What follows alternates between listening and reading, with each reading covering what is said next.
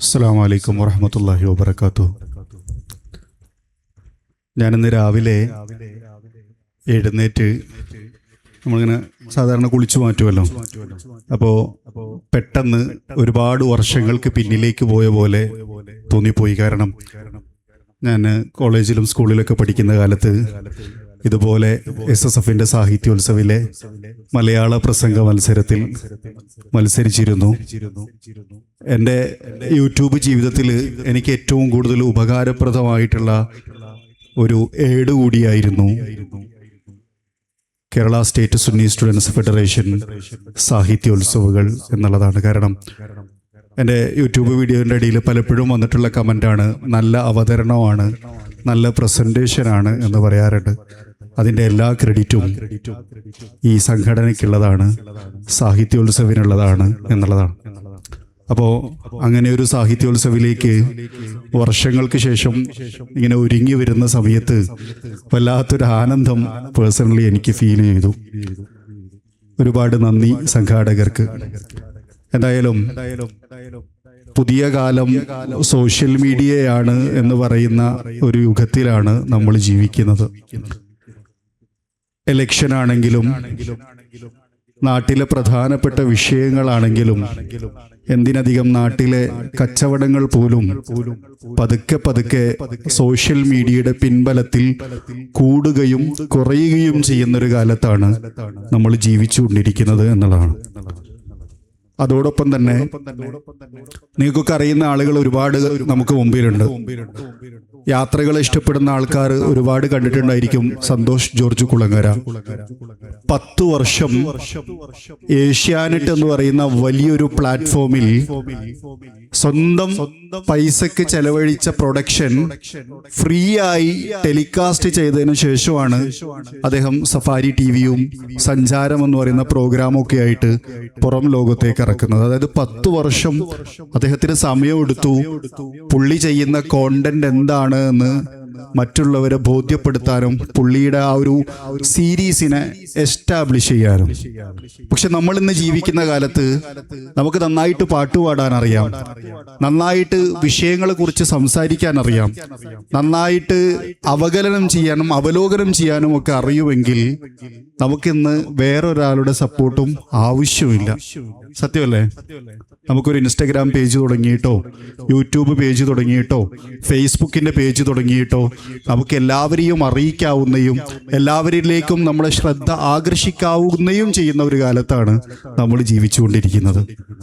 Facebook account തുടങ്ങാൻ Aadhaar card വേണമെന്നില്ല, അല്ലേ?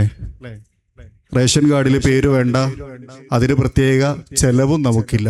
വീട്ടിലിരുന്നുകൊണ്ട് തന്നെ വളരെ സിമ്പിളായിട്ട് ചെയ്യാവുന്ന ഒരു കാര്യമാണ് ഒരു യൂട്യൂബ് അക്കൗണ്ടും ഒരു ഇൻസ്റ്റഗ്രാം അക്കൗണ്ടും ഒരു ഫേസ്ബുക്ക് അക്കൗണ്ടും.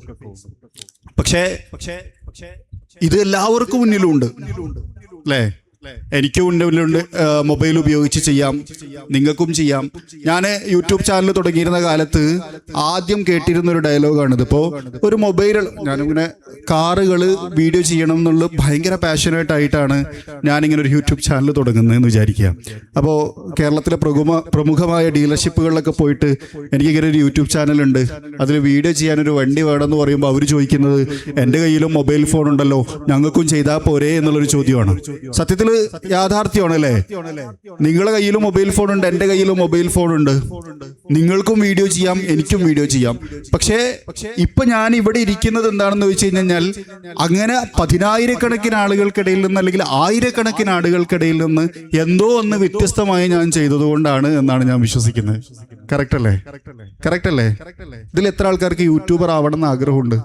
വെറുതെ ഒരു ക്യൂരിയോസിറ്റിക്ക് വേണ്ടി ചോദിച്ചതാണ്. പാഷൻ ടു പ്ലാറ്റ്ഫോം എന്ന് പറയുമ്പോൾ ഒരു പ്ലാറ്റ്ഫോം ബിൽഡ് ചെയ്യാൻ ആഗ്രഹിക്കുന്ന ആളുകൾ, അത് യൂട്യൂബ് എന്നല്ല, സ്വന്തമായിട്ട് ബിസിനസ് ആകാം, അതൊരു പ്ലാറ്റ്ഫോമാണ്. സ്വന്തമായിട്ട് സെല്ലിംഗ് ഏരിയകളാകാം, അതൊരു പ്ലാറ്റ്ഫോമാണ്. പക്ഷേ അങ്ങനെ ചിന്തിക്കുന്ന സമയത്ത് ഇത് എല്ലാവരും മുമ്പിലും ഇങ്ങനെ ഒരു ഓപ്ഷൻ ഉണ്ട് എന്ന് ചിന്തിക്കുന്ന ഒരു കാലത്താണ് ഞാൻ ജീവിക്കുന്നത്. അതാണ് ഞാൻ നേരത്തെ സന്തോഷ് ജോർജുളകറിന്റെ ഉദാഹരണം പറഞ്ഞത്. ഒരു 10 വർഷം മുമ്പ് അദ്ദേഹത്തിന് 10 വർഷത്തും കൂടുതൽ ഏഷ്യാനെറ്റിൽ സ്പെൻഡ് ചെയ്തിട്ടാണ് തിരിച്ചു വരേണ്ടി. നമുക്ക് അങ്ങനത്തെ ഒരു സാഹചര്യം ഇല്ല, അല്ലേ? നമുക്ക് നാളെ തന്നെ ഒരു യൂട്യൂബർ ആവണം, അല്ലെങ്കിൽ ഇന്ന് നടന്ന സാഹിത്യോത്സവിലെ കഥ പറയുമ്പോൾ അല്ലെങ്കിൽ കഥാബുക്ക് എന്ന് പറയുന്ന ഒരു സെഷനിൽ നടന്ന ഒരു സെഷനെ കുറിച്ച് നിങ്ങൾക്കൊരു അഭിപ്രായം പറയണം എന്നുണ്ടെങ്കിൽ ഇവിടെ നിന്ന് പുറത്തിറങ്ങി തൊട്ടടുത്ത കാറിനകത്ത് കയറിയിരുന്നു നിങ്ങൾക്ക് പറയാം, അല്ലേ? പക്ഷെ അത് കേൾക്കുന്ന ആളുകൾക്ക് വ്യത്യാസമാവുമ്പോഴാണ്, കേൾക്കുന്ന ആളുകൾക്ക് അതിലൊരു വെറൈറ്റി കണ്ടെത്താനാവുമ്പോഴാണ് നിങ്ങളുടെ അടുത്ത വീഡിയോക്ക് വേണ്ടിയിട്ട് അയാൾ വെയിറ്റ് ചെയ്യുന്നത്. നിങ്ങൾ സെല് ചെയ്യുന്ന ഒരു പ്രൊഡക്റ്റ്, ആ പ്രൊഡക്റ്റ് യുണീക്ക് ആവുമ്പോഴാണ് ആളുകൾ അത് വാങ്ങുന്നത്, അല്ലേ? അപ്പൊ ഞാൻ പ്രൊഡക്റ്റിനെ കുറിച്ചും പറയാം, പ്ലാറ്റ്ഫോമിനെ കുറിച്ചും പറയാം. പക്ഷെ നമ്മുടെ വിഷയം പാഷൻ ടു പ്ലാറ്റ്ഫോം എന്നുള്ളതാണ്. ഇവിടെ ഏറ്റവും വലിയ ഒരു പ്രശ്നം സംഘടന ചൂണ്ടിക്കാണിക്കാൻ ആഗ്രഹിക്കുന്നത് എന്നുള്ളത് എനിക്ക് മനസ്സിലായത് ക്രെഡിബിലിറ്റി എന്നുള്ളതാണ്. 10,000-കണക്കിന് യൂട്യൂബേഴ്സ് ഉണ്ട്, ഒരുപാട് ആളുകൾ യൂട്യൂബ് മേഖലയിൽ ജോലി ചെയ്യുന്നുണ്ട്. അവിടെ നമ്മളുടെ ക്രെഡിബിലിറ്റിനെ, അല്ലെങ്കിൽ ഒരു മേഖലയിൽ ജോലി ചെയ്യുന്ന സമയത്ത് നമ്മളുടെ ക്രെഡിബിലിറ്റിനെ എങ്ങനെ ഡെവലപ്പ് ചെയ്തെടുക്കാം എന്നുള്ളതാണ്. നിങ്ങൾക്ക് പലപ്പോഴും ഇതിൽ ഒരുപാട് യൂട്യൂബേഴ്സിനെ കാണുന്ന ആൾക്കാരായിരിക്കും എൻ്റെ ഫ്രണ്ടിലിരിക്കുന്നത് എന്നാണ് ഞാൻ മനസ്സിലാക്കുന്നത്. മതപരമായി കോണ്ടന്റ് ചെയ്യുന്ന ആൾക്കാരുണ്ട്, ട്രാവൽ, മക്ബറകളും മക്കാമുകളും തേടിയുള്ള യാത്രകൾ, ഇസ്ലാമിൻ്റെ ചരിത്ര ഭൂമിയിലൂടെ എന്ന് പറഞ്ഞു പോകുന്നവരുണ്ട്, മതം ബിസിനസ് ആക്കുന്നവരും ഉണ്ട്, അല്ലേ? മതം ബിസിനസ് ആക്കുന്നവരുമുണ്ട്. എൻ്റെ അടുത്ത് ഇപ്പോൾ ഒരു സുഹൃത്ത് പറഞ്ഞു, ഒരാൾ ഭയങ്കരമായിട്ട് അൽഹംദുലില്ലാ അൽഹംദുലില്ലാ എന്ന് പറഞ്ഞുകൊണ്ട് പുള്ളി അദ്ദേഹത്തിന് എന്തോ ഒരു സാധനം സെല്ല് ചെയ്തുകൊണ്ടിരിക്കുകയാണെന്ന്. നമുക്കെതിര് പറയാൻ പറ്റുമോ? അൽഹംദുലില്ലാ പറഞ്ഞാൽ എന്താ തെറ്റുള്ളത്? ഒരു തെറ്റില്ല. വിസ്മി ചൊല്ലുന്നതിന് തെറ്റുണ്ടോ? ഇല്ല. ഒരാൾ എത്രമാത്രം ക്രെഡിബിൾ ആവുന്നു എന്നുള്ളത് എങ്ങനെ ഡിസൈഡ് ചെയ്യാമെന്നുള്ള കുറച്ച് കാര്യങ്ങൾ ഞാൻ ആദ്യം പറയാം. ഒന്നാമത്തെ ഒരു കാര്യം, അദ്ദേഹം പ്രൊമോട്ട് ചെയ്യുന്ന കാര്യങ്ങൾ എന്താണ് എന്നാണ് ആദ്യം നമ്മൾ നോക്കുന്നത്. ഇപ്പോൾ ഞാനൊരു യൂട്യൂബറിനെ വിശകലനം ചെയ്യുന്ന സമയത്ത് ഞാനിങ്ങനെ നോക്കും, അദ്ദേഹം എന്ത് തരം കോണ്ടന്റ് ആണ് ചെയ്യുന്നത്. ഓക്കെ, ഉദാഹരണത്തിന് അയാൾ ഒരു ട്രാവൽ വീഡിയോ ആണ് ചെയ്യുന്നതെന്ന് വിചാരിക്കുക. അങ്ങനെയാണെങ്കിൽ അയാൾ അതിൽ എന്തൊക്കെ നുണ പറയുന്നുണ്ട് എന്നുള്ളതാണ് ഞാൻ ആദ്യം നോക്കുക. ഇപ്പോൾ ഉദാഹരണത്തിന് ഒരു ട്രാവൽ വ്ളോഗറിനെ ഞാൻ വിശകലനം ചെയ്യുകയാണെങ്കിൽ ഞാൻ അയാളെ ട്രാവൽ വീഡിയോ എടുത്തിട്ട് നോക്കും, അയാൾ പോയ രാജ്യത്തിൽ ഏതെങ്കിലും ഒരു രാജ്യത്ത് ഞാൻ പോയിട്ടുണ്ടോ നോക്കും. അങ്ങനെ ഞാൻ പോയിട്ടുള്ള രാജ്യത്താണെങ്കിൽ ആ രാജ്യത്ത് അയാൾ എന്തൊക്കെ നുണയാണ് ആ യാത്രക്കിടയിൽ പറയുന്നത് എന്ന് ഒബ്സർവ് ചെയ്യാൻ നോക്കും. അതുപോലെ തന്നെ നിങ്ങൾക്ക് എന്നെയും വെരിഫൈ ചെയ്യാം. അപ്പം നിങ്ങൾ ഉപയോഗിക്കുന്ന ഒരു കാർ, ആ കാറിനെ കുറിച്ച് ഞാൻ വീഡിയോ ചെയ്തിട്ടുണ്ടോ നോക്കുക. ആ വീഡിയോയിൽ ഞാൻ എന്തൊക്കെ നുണ പറഞ്ഞിട്ടുണ്ടെന്ന് നിങ്ങൾക്ക് വളരെ പെട്ടെന്ന് മനസ്സിലാവും, അല്ലേ? അങ്ങനെ ഒരാളെ നമുക്ക് എത്രമാത്രം ക്രെഡിബിൾ ആണ് എന്ന് മനസ്സിലാക്കാൻ പറ്റും. സോ നിങ്ങളുടെ പാഷൻ അതെന്തും ആയിക്കോട്ടെ, ഒരു പ്ലാറ്റ്ഫോമിലേക്ക് എടുക്കുന്ന സമയത്ത് നിങ്ങളുടെ മനസ്സിലുണ്ടാവേണ്ട ആദ്യത്തെ കാര്യം, ഈ വിഷയത്തെക്കുറിച്ച് നിങ്ങളെക്കാൾ കൂടുതൽ അറിയുന്ന ആളുകളാണ് ഇത് കാണാൻ പോകുന്നത് എന്നുള്ളതാണ്. റൈറ്റ് അല്ലേ? ഞാനൊരു കാറിനെ കുറിച്ചൊരു വീഡിയോ ചെയ്യുന്ന സമയത്ത് ആ കാർ ഉപയോഗിക്കുന്ന ആളും എൻ്റെ വീഡിയോ കാണുന്നുണ്ട്. അയാൾക്ക് മുമ്പിൽ ഞാൻ എന്തെങ്കിലും നുണ പറഞ്ഞാൽ അല്ലെങ്കിൽ അറിയാത്ത വിഷയം പറഞ്ഞാൽ അയാൾക്ക് മുമ്പിൽ എൻ്റെ വില എന്തായിരിക്കും? ഇപ്പൊ ഉദാഹരണത്തിന് നിങ്ങളൊരു പേന ഉപയോഗിക്കുന്നുണ്ട്, ഞാൻ ആ പേനനെ കുറിച്ച് ഭയങ്കര അടിപൊളിയാണെന്ന് പറഞ്ഞു. നിങ്ങൾക്ക് സത്യത്തിൽ അറിയാം ആ പേന 5 പൈസക്കില്ല എന്ന് നിങ്ങൾക്ക് അറിയാമെന്ന് വിചാരിക്കുക. അങ്ങനെയാണെങ്കിൽ പുള്ളി വന്നിട്ട് നിങ്ങളോട് പറയാണ്, ഞാനേ ആ പേന വാങ്ങിയിട്ടോ മറ്റാളുടെ വീഡിയോ കണ്ടിട്ട് വാങ്ങിയതാ, അയാൾ പറഞ്ഞത് അടിപൊളിയാണെന്ന് പറഞ്ഞപ്പോൾ നിങ്ങൾ അയാളോട് എന്ത് തിരിച്ചു പറയും?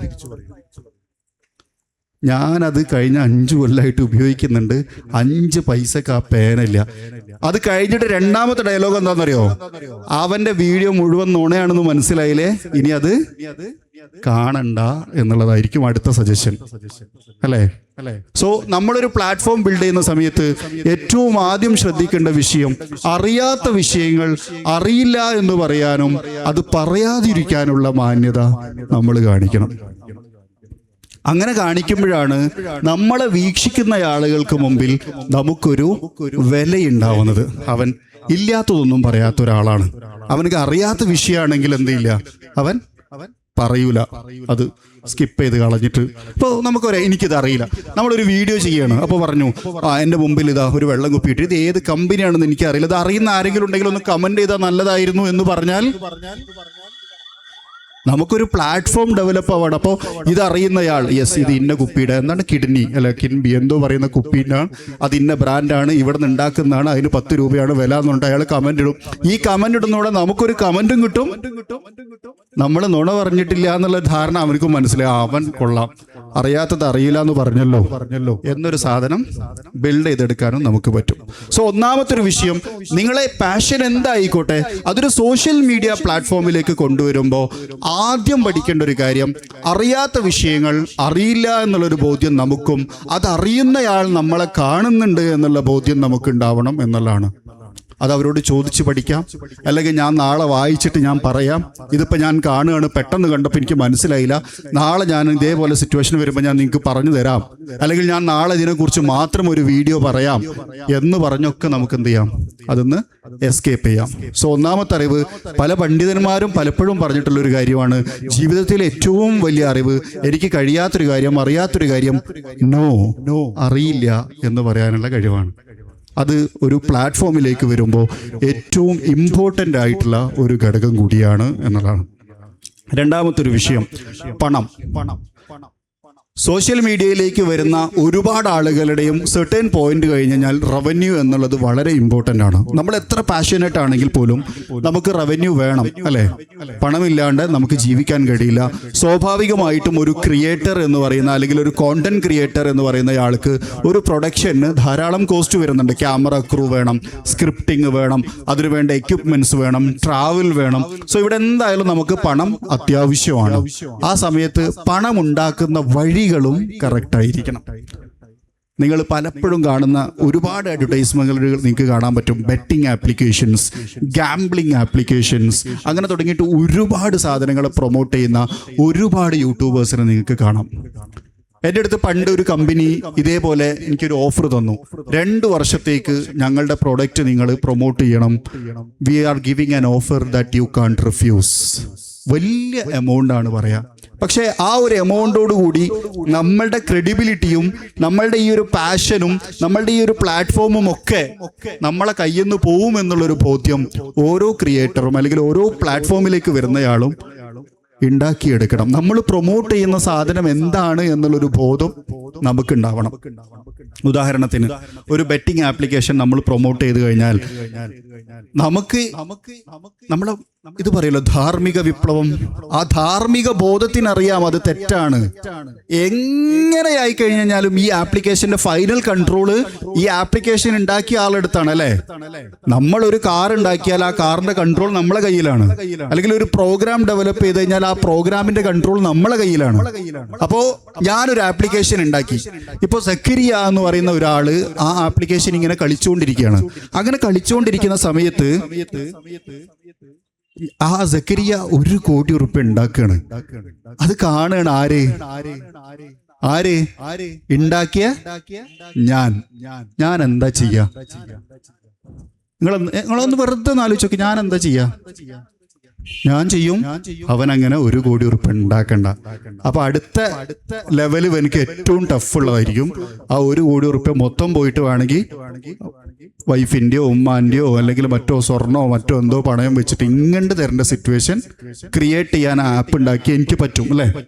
സോ ലോകത്ത് ക്രിയേറ്റ് ചെയ്യപ്പെട്ട എല്ലാ ആപ്ലിക്കേഷനും ഇപ്പൊ നിങ്ങൾ നോക്കിക്കോ. ഇപ്പൊ ഞാൻ ഇവിടെ ഇരുന്ന് ഈ വയലു പറയുന്നത് മുഴുവനും യൂട്യൂബിൽ കുറച്ച് ഫോളോവേഴ്സ് ഉണ്ടെന്ന് പറഞ്ഞുകൊണ്ടാ.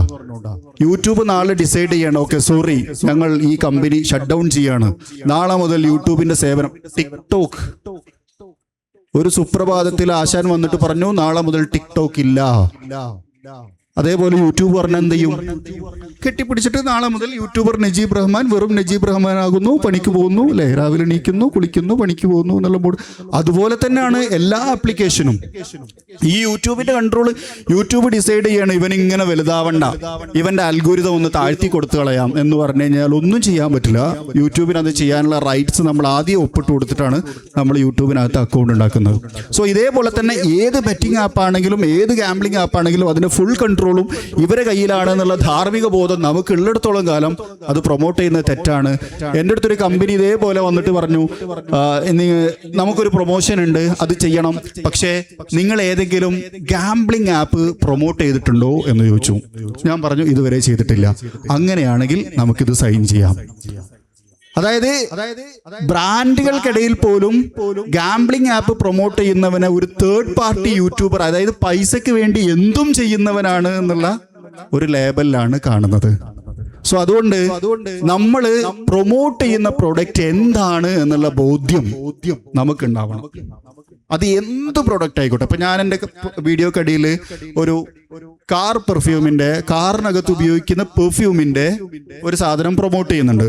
ആ സാധനം ഞാൻ വാങ്ങി 1 മാസം ഉപയോഗിച്ച് എനിക്കൊരു പ്രശ്നവും ഇല്ല എന്ന് ആദ്യം ഞാൻ സർട്ടിഫൈ ചെയ്ത് എൻ്റെ സുഹൃത്തുക്കൾക്ക് അയച്ചു കൊടുത്ത് അവരുപയോഗിച്ചിട്ട് അവർക്കും ഒരു പ്രശ്നവും ഇല്ല എന്ന് ഉറപ്പുവരുത്തിയതിൻ്റെ ശേഷമാണ് കഴിഞ്ഞ 3-4 വർഷമായിട്ട് ഞാൻ അതിനെ പ്രൊമോട്ട് ചെയ്യുന്നത്. അതൊരു കമ്പനിയിലിട്ട് ചെയ്തുകൊണ്ടിരിക്കുന്നതാണ്. അതിനിടയിലൂടെ നമുക്ക് ഒരുപാട് പ്രൊമോഷൻസ് ഓഫറുകൾ വരും. ഞാൻ ഏറ്റവും കൂടുതൽ ഓഫറുകൾ ചെയ്യാതിരുന്നിട്ടുള്ള ഒരാൾ കൂടിയാണ്. ഇനി ചെയ്യണം എന്ന് ആലോചിച്ചുകൊണ്ടിരിക്കുന്നു. സോ നമ്മൾ പ്രൊമോട്ട് ചെയ്യുന്ന പ്രോഡക്റ്റ് എന്താണ് എന്നുള്ളതിനെ കുറിച്ച് ഒരു ബോധ്യം നമ്മൾ ഈ ഒരു പ്ലാറ്റ്ഫോമിലേക്ക് ഡെവലപ്പായി വരുന്ന സമയത്ത് നമുക്ക് ഉണ്ടാവണം എന്നുള്ളതാണ് രണ്ടാമത്തെ ഒരു കാര്യം. എങ്ങനെയും പൈസ ഉണ്ടാക്കാം എന്നുള്ളൊരു തോട്ടുന്ന മാറാം. നിങ്ങൾ മിസ്റ്റർ ബീസ്റ്റ് എന്ന് പറഞ്ഞൊരു യൂട്യൂബറിനെ കുറിച്ച് കേട്ടിട്ടുണ്ടായിരിക്കും അല്ലേ? മിസ്റ്റർ ബീസ്റ്റ് അദ്ദേഹത്തിന്റെ ഒരു മാസത്തെ യൂട്യൂബ് റവന്യൂ ഇപ്പൊ എടുത്ത് കേട്ടപ്പോൾ 200 കോടിയോ അങ്ങനെ എന്താണെന്ന് പറഞ്ഞിട്ട് യൂട്യൂബ് മാത്രം കൊടുക്കണം. ഇപ്പൊ എൻ്റെ ഒരുപാട് സുഹൃത്തുക്കളുണ്ട് ഫേസ്ബുക്കിലും യൂട്യൂബിലും ഒക്കെ കോണ്ടന്റ് ചെയ്യുന്ന. 1 രൂപ പോലും പ്രൊമോഷൻ വാങ്ങാതെ അവർക്ക് മാസം 5 ലക്ഷവും 10 ലക്ഷവും ഒക്കെ യൂട്യൂബിൽ നിന്ന് വരുമാനമുണ്ട്. യൂട്യൂബിൽ നിന്ന് മാത്രം യൂട്യൂബ് കൊടുക്കുന്നതാണ്, അഡ്വർടൈസ്മെന്റ് ആയിട്ട് യൂട്യൂബ് കൊടുക്കുന്ന റവന്യൂ മാത്രം. അപ്പൊ അവർക്ക് പ്രൊമോഷൻസ് ചെയ്യേണ്ട ആവശ്യമില്ല. അപ്പൊ ഞാൻ ഈ ഒരു വിഷയം പറയാൻ വന്നത്, ഒരു യൂട്യൂബറുടെ വരുമാനം ഇതുപോലത്തെ ഗാംബ്ലിംഗ് ആപ്പുകളോ മറ്റ് ആപ്പുകളോ മാത്രം പ്രൊമോട്ട് ചെയ്യുന്നതാണെന്ന് തെറ്റിദ്ധരിക്കരുത്. നിങ്ങളൊരു പ്ലാറ്റ്ഫോമിലേക്ക് വരുന്ന സമയത്ത്, അല്ലെങ്കിൽ ഇത്തരം ഒരു സോഷ്യൽ മീഡിയ പ്ലാറ്റ്ഫോം നിങ്ങൾ ബിൽഡ് ചെയ്യാൻ ആഗ്രഹിക്കുന്ന സമയത്ത് പലരുടെയും ഒരു തെറ്റിദ്ധാരണയാണ് ഇത്തരത്തിൽ കിട്ടുന്ന പ്രൊമോഷൻസ് മാത്രമാണ് റവന്യൂ എന്നൊരു തോന്നലുണ്ടാവും. അങ്ങനെ ഒരിക്കലുമല്ല. യൂട്യൂബിൽ നിന്ന് തന്നെ നല്ല കോണ്ടന്റ് ചെയ്ത് കഴിഞ്ഞാൽ, ആളുകൾ നന്നായിട്ട് എൻഗേജ് ചെയ്ത് കഴിഞ്ഞാൽ യൂട്യൂബിൽ നിന്ന് തന്നെ നല്ല തുക നമുക്ക് റവന്യൂ ആയിട്ട് കിട്ടും. ഒപ്പം നമുക്ക് എന്ത് ചെയ്യാം, ഇത്തരത്തിലുള്ള പ്രൊമോഷൻസ് ചെയ്യുകയും ചെയ്യാം. ആ പ്രൊമോഷൻസ് ചെയ്യുന്നിടത്താണ് ഞാൻ നേരത്തെ പറഞ്ഞ ഈ ഷർത്തും ഫർളും സുന്നത്തുകളും ഒക്കെ നമ്മൾ ശ്രദ്ധിക്കേണ്ടത്. അതായത് നമ്മൾ എന്താണ് പ്രൊമോട്ട് ചെയ്യുന്നത് എന്നുള്ളതിനെ കുറിച്ച് നമുക്ക് വ്യക്തമായ ബോധ്യമുണ്ടാവണം. നമ്മളൊരു SSF കാരനാണ്. നാട്ടുകാർക്കും സമൂഹത്തിനും പ്രശ്നം വരുന്ന ഒരു പ്രോഡക്റ്റുകളും പ്രൊമോട്ട് ചെയ്യില്ല എന്ന് തീരുമാനിച്ചാൽ തീരാവുന്ന പ്രശ്നമുള്ളൂ. അല്ലെങ്കിൽ പ്രൊമോട്ട് ചെയ്യാൻ വരുന്ന പ്രൊഡക്റ്റ് എന്താണ് എന്ന് നമ്മളെ മൈൻഡ് കൊണ്ട് ആലോചിക്കുക. തൊട്ടടുത്ത സുഹൃത്തിനെ പള്ളിക്കത്ത് ഉസ്താദിനോട് ചോദിക്കുക, ഉസ്താദെ ഇങ്ങനെ ഒരു ബെറ്റിംഗ് ആപ്പ് വന്നിട്ടുണ്ട്, ഇത് ഹറാമോ ഹലാലോ എന്നൊന്നും ചോദിക്കേണ്ട ആവശ്യമൊന്നുമില്ല. കൂട്ടുകാരോട് പോയി ചോദിച്ചിട്ട് ഏതാ ഇത് ചെയ്താൽ എന്താ അഭിപ്രായം, ഓം പറഞ്ഞല്ലോ ചെയ്യണ്ട. 2 ബുദ്ധി വെച്ച് ആലോചിച്ചാൽ മതി. സോ അങ്ങനെ ഒന്ന് ഡിസൈഡ് ചെയ്ത് കഴിഞ്ഞാൽ പുതിയ കാലത്ത് നമുക്ക് ക്രെഡിബിൾ ആവാം എന്നുള്ളതാണ്. അതായത് നമ്മൾ എല്ലാ കണ്ണാപ്പിത്തരവും പ്രൊമോട്ട് ചെയ്യാതെ പ്രൊമോട്ട് ചെയ്യുന്നതിന് ഒരു ധാരണ വെച്ച് കഴിഞ്ഞാൽ പുതിയ കാലത്ത് നമുക്ക് ക്രെഡിബിൾ ആവാം. മൂന്നാമത്തെ ഒരു വിഷയമാണ്, വർഷങ്ങൾക്ക് ശേഷം സുകുമാരനെ കണ്ടപ്പോൾ അപ്പുറത്ത് കൂടി പോയ കുറുപ്പ് കാട്ടിയത് കണ്ടോ എന്ന് പറഞ്ഞ് സബ് ടൈറ്റിൽസ് കൊടുക്കുന്ന, ടൈറ്റിലുകൾ കൊടുക്കുന്ന കാലം നിങ്ങൾക്കൊക്കെ അറിയുന്നുണ്ടായിരിക്കും. പുതിയ കാലത്ത് വളരെ ഖേദകരമെന്ന് പറയട്ടെ, ഞാൻ ഭയങ്കര ട്രസ്റ്റഡ് ആയിട്ട് വിശ്വസിച്ച ഒരു പ്ലാറ്റ്ഫോം പോലും ഈ അടുത്ത് ഉത്തരേന്ത്യയിൽ നടന്ന ഒരു വാർത്ത കൊടുക്കുകയാണ്, ഭാര്യ ഭർത്താവിനെ കൊന്നു. എവിടെയെന്ന് കൊടുത്തില്ല. ഞാനിത് എവിടെ പഠിച്ചോനെ കേരളത്തിലാണോ എന്ന് വെച്ച് വായിച്ചു നോക്കുമ്പോൾ ഭാര്യ ഭർത്താവിനെ കൊന്നു എന്നുള്ളതല്ല വാർത്ത, വേറെയാണ് വാർത്ത. അതിപ്പോൾ പ്രൊമോട്ട് ചെയ്യേണ്ട വെച്ചിട്ട് പറയാതിരുന്നതാ. വായിച്ചു അവസാനെത്തിയപ്പോഴാണ് മനസ്സിലായത് ഇത് ഭോപ്പാലിലെങ്ങോ നടന്നതാണ്. ഞാൻ എൻ്റെ മലയാള പത്രം, ഞാൻ ക്രെഡിബിളാണെന്ന് വിശ്വസിച്ചൊരു പത്രം ഇങ്ങനൊരു വാർത്ത കൊടുത്തപ്പോൾ എനിക്ക് ഭയങ്കര അത്ഭുതമായിപ്പോയി. നമ്മളെ നാട്ടിലാണോ ഈ വിഷയം നടന്നതെന്ന് പറഞ്ഞിട്ട് ഞാൻ അവസാനം വരെ വായിക്കേണ്ടി വന്നു ഇതെവിടെയാണ് സ്ഥലം എന്ന് മനസ്സിലാക്കാൻ. സോ ടൈറ്റിലുകളും ഡിസ്ക്രിപ്ഷനുകളും ഇത്തരത്തിലുള്ള കോമാളിത്തരങ്ങളാവാതിരിക്കാൻ പ്രത്യേകം ശ്രദ്ധിക്കുക. നമുക്ക് സ്ട്രെയിറ്റ് ആയിട്ട് പറഞ്ഞ് സ്ട്രെയിറ്റ് ആയിട്ട് വന്ന് കാണുന്ന വ്യൂവേഴ്സ് മതി എന്ന് തീരുമാനിക്കണം എന്നല്ല ഞാൻ പറയുന്നത്. നിങ്ങൾക്ക് ട്വീറ്റ് ചെയ്യാം, ഒരു വീഡിയോക്ക് രസകരമായ ക്യാപ്ഷൻസുകൾ കൊടുക്കാം, ആളുകൾക്ക് ജിജ്ഞാസ ഉണ്ടാക്കുന്ന, യൂട്യൂബ് തന്നെ പറയുന്നത് ആളുകൾ അട്രാക്ട് ചെയ്യാൻ നിങ്ങൾ ജിജ്ഞാസയുള്ള ക്യാപ്ഷനുകൾ ക്രിയേറ്റ് ചെയ്യൂ എന്നുള്ളതാണ്. അതിനെന്തൊക്കെ വഴികളുണ്ട്? പുതിയ സാഹിത്യോത്സവ കാലത്ത് ഒരു യൂട്യൂബറിന് വേണ്ട, അതിൻ്റെ കൂടെ തന്നെ പറയട്ടെ, ഞാൻ നേരത്തെ പറഞ്ഞല്ലോ ഒരു പ്രാസംഗിക ബാക്ക്ഗ്രൗണ്ട് ഉള്ളത് കൊണ്ടാണ് എനിക്ക് പ്രസന്റേഷൻ നന്നാക്കാൻ പറ്റിയതെന്ന്. നിങ്ങളൊരു സാഹിത്യോത്സവം ഇങ്ങനെ വിശകലനം ചെയ്ത് നോക്കുമ്പോൾ ഒരു യൂട്യൂബർ ആവാനുള്ള എല്ലാ സാധനങ്ങളും ഇവിടെ പഠിക്കാം. സാഹിത്യോത്സവിൽ ക്യാപ്ഷൻ ഉണ്ടാക്കാൻ പഠിക്കും. ഹൈക്കു കവിതകൾ ഉണ്ടായിരുന്നു, അതിപ്പോഴും ഉണ്ടല്ലോ അല്ലേ? യെസ്, ഹൈക്കു കവിതകളാണ് ശരിക്കും പല ക്യാപ്ഷനുകളും. പെട്ടെന്ന് ഉണ്ടാക്കാവുന്ന ചെറിയ വാക്കുകൾ, caption, poster designing, thumbnail creation, essay writing, നമുക്ക് ഒരു ഷൂട്ടിന് പോകുന്നതിന് മുന്നേ നമുക്ക് സ്ക്രിപ്റ്റ് ഉണ്ടാക്കാൻ അത് നമ്മളെ സഹായിക്കും. അങ്ങനെ നിങ്ങളിങ്ങനെ വെറുതെ നോക്കി സാഹിത്യോത്സവ മത്സരങ്ങളിലെ ഒരു 5-8 മത്സരങ്ങൾ ചേർത്ത് വെച്ചാണ്ട് അവനക്കൊരു യൂട്യൂബർ ആക്കാം. അവനെ യൂട്യൂബർ കൊണ്ടാണ് മാറ്റി വെക്കുക പറ്റും. അപ്പോൾ ഞാൻ പറഞ്ഞു വന്നതെന്ന് വെച്ചാൽ ക്യാപ്ഷൻസുകൾ ക്രിയേറ്റ് ചെയ്യുന്ന സമയത്ത് ഇൻട്രസ്റ്റിംഗ് ആക്കുന്നതോടൊപ്പം തന്നെ ഇത്തരത്തിലുള്ള ആളുകളെ തെറ്റിദ്ധരിപ്പിക്കുന്ന ക്യാപ്ഷനുകൾ ആവാതിരിക്കാൻ ശ്രമിക്കുക. ഒരു കാര്യം കൂടി അതിൻ്റെ കൂടെ ചേർത്ത് പറയട്ടെ, പല യൂട്യൂബേഴ്സും പുതിയ കാലത്ത് നേരിടുന്ന വെല്ലുവിളികളെന്ന് ഞാൻ കേട്ടിട്ടുള്ളതാണ് ആശയദാരിദ്ര്യം. ഒരു സർട്ടൻ പോയിന്റ് കഴിഞ്ഞ് കഴിഞ്ഞാൽ പിന്നെ അവർക്ക് എന്ത് ചെയ്യണം എന്ന് മനസ്സിലാകാത്ത ഒരു സിറ്റുവേഷൻ വരും. കാരണം എന്താ വെച്ച് കഴിഞ്ഞാൽ ചെയ്തുകൊണ്ടിരിക്കുന്ന ആ സെയിം ക്ലീശനെ ചെയ്തു പോയി കഴിഞ്ഞാൽ പിന്നെ വ്യൂ താഴേക്ക് പോകും. അപ്പോൾ ഇത് കയറ്റി കൊണ്ടുവരാൻ എന്തെങ്കിലും ചെയ്തേ പറ്റൂ എന്നുള്ള ഒരു തോന്നലിലേക്ക് നമ്മൾ എത്തും. അങ്ങനെ എത്താതിരിക്കാൻ എപ്പോഴും ശ്രദ്ധിക്കുക. അങ്ങനെ എന്തെങ്കിലും ചെയ്യുമ്പോഴാണ് ഭാര്യക്ക് ഇന്ന പ്രശ്നം വന്നു, അതുകൊണ്ട് ഭാര്യ ഒളിച്ചോടി പോയി എന്ന് പറഞ്ഞ് നമുക്ക് വീഡിയോ ചെയ്യേണ്ടി വരുന്നത്. മനസ്സിലാവുന്നുണ്ടോ? ആളുകൾ എൻ്റെ ഭാര്യ ഒളിച്ചോടി പോയി ക്യാപ്ഷൻ കണ്ടുനോക്കുമ്പോൾ എന്താണ്, ഭാര്യ താഴേക്ക് ഒളിച്ചിട്ട് ഓടിപ്പോയി എന്നാണ്. അങ്ങനെയൊക്കെ കൊടുക്കും. അങ്ങനെ ആരും ചെയ്തതെന്നല്ല കേട്ടോ. ഇനിയിപ്പോൾ ഇതിലൊക്കെ ലൈവൊക്കെ വരുമ്പോൾ വിചാരിക്കും, ഓ നീ എന്നെ പറഞ്ഞേ, ഞാൻ ആരും ഉദ്ദേശിച്ചതല്ല, ഞാനൊരു ഉദാഹരണം പറഞ്ഞതാണ്. സോ കോണ്ടന്റിന് വേണ്ടിയിട്ട് എന്തും ചെയ്യാമെന്നുള്ള ധാരണയിൽ നിന്ന് ക്രെഡിബിൾ ആവേണ്ട ഒരു യൂട്യൂബർ മാറി ചിന്തിക്കേണ്ടിയിരിക്കുന്നു എന്ന് ഞാൻ ആദ്യം എൻ്റെ അടുത്തുള്ള ഉപദേശമായിട്ട് പറയുകയാണ്. കാരണം ഈ കൂട്ടത്തിൽ ആകെ ഒരു യൂട്യൂബറുള്ള ഞാനാണെന്ന് തോന്നുന്നു. അപ്പോൾ അതുകൊണ്ട് ഇത് എന്നോടുള്ള ഉപദേശമാണ്. എന്തെങ്കിലും വ്യൂ കുറയുകയാണെന്നുണ്ടെങ്കിൽ നമ്മൾ ചെയ്തുകൊണ്ടിരിക്കുന്ന കോണ്ടന്റിനെ വെച്ച് വ്യൂ കൂട്ടാൻ ശ്രമിക്കുക എന്നല്ലാതെ ഞാൻ എൻ്റെ പ്ലാറ്റ്ഫോം മാറ്റി ചെയ്യാതിരിക്കുന്നതായിരിക്കും ബെറ്റർ എന്നാണ് എനിക്ക് തോന്നുന്നത് എന്ന് എന്നോടും ഒപ്പം ഇത് നിങ്ങൾ കേട്ടിട്ട് ഫ്യൂച്ചറിൽ യൂട്യൂബർ ആവുകയാണെങ്കിൽ നിങ്ങളോടും ഞാൻ ഓർമ്മപ്പെടുത്തുന്നു. ക്യാപ്ഷനുകളെ തെറ്റിദ്ധരിപ്പിക്കുന്ന ക്യാപ്ഷനുകളാക്കാതെ, അല്ലെങ്കിൽ ഇത്തരത്തിലുള്ള വൾഗറായിട്ടുള്ള ക്യാപ്ഷനുകളാക്കാതെ ഇരിക്കാൻ ശ്രമിക്കുക, ചെയ്യാതിരിക്കുക എന്നുള്ളതാണ്. അങ്ങനെ ചെയ്യുന്ന സമയത്ത് നമ്മളെ ചാനൽ ഒരു ആ ലെവലിലുള്ള, അതായത് ആ ലൈൻ്റെ ഇപ്പുറത്തേക്കുള്ള ഒരു ചാനലായിട്ട് നമ്മൾ മാറും എന്നുള്ളൊരു കാര്യവും നമ്മൾ ഓർത്തു വെക്കുക. അപ്പോൾ ഒരുപാട് സമയം ഈ വിഷയം ശരിക്കും പറയാനുണ്ട്. അപ്പോൾ അതുകൊണ്ട് ഞാനിങ്ങനെ പോയിന്റ് ഇങ്ങനെ കാറ്റഗറൈസ് ചെയ്ത് എടുത്തതാണ് എന്നുള്ളതാണ്.